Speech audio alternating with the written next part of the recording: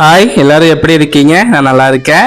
நேற்று பட்டாசு சவுண்ட்னால தான் என்னால் வாய்ஸ் ஓவர் கொடுக்க முடியாமல் ரீல் மாதிரி போட்டேங்க.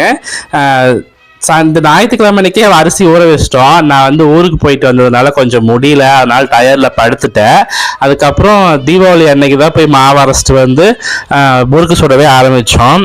மாவுக்கு நான் சாப்பாட்டு அரிசி 2 படி தான் அம்மா ஊற வச்சுருந்தாங்க.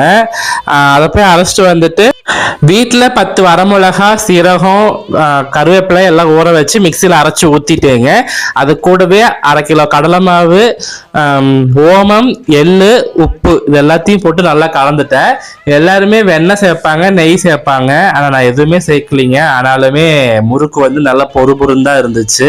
நாங்கள் அடுப்பு வெளியே வச்சு சுட்டுட்டோம். நான் ஆல்ரெடி அதிரசம் கேஸில் சுட்டுட்டேன். அதுவே 2 மணி நேரத்துக்கு மேலே எரிஞ்சிருச்சு. சீக்கிரம் கேஸ் முடிஞ்சிருச்சுன்னா அப்புறம் அம்மா திட்டிச்சு.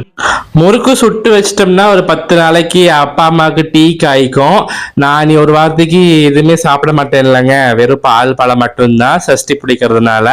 அவங்களுக்கு ஒரு 10-15 நாளைக்கு அவங்க யூஸ் பண்ணிப்பாங்க. அம்மா கம்பெனிக்கும் கொண்டு போய்ப்பாங்க. சரி, ஓகேங்க, நாளைக்கு ஒரு நல்ல வீடியோவில் பார்க்கலாம். பாய்.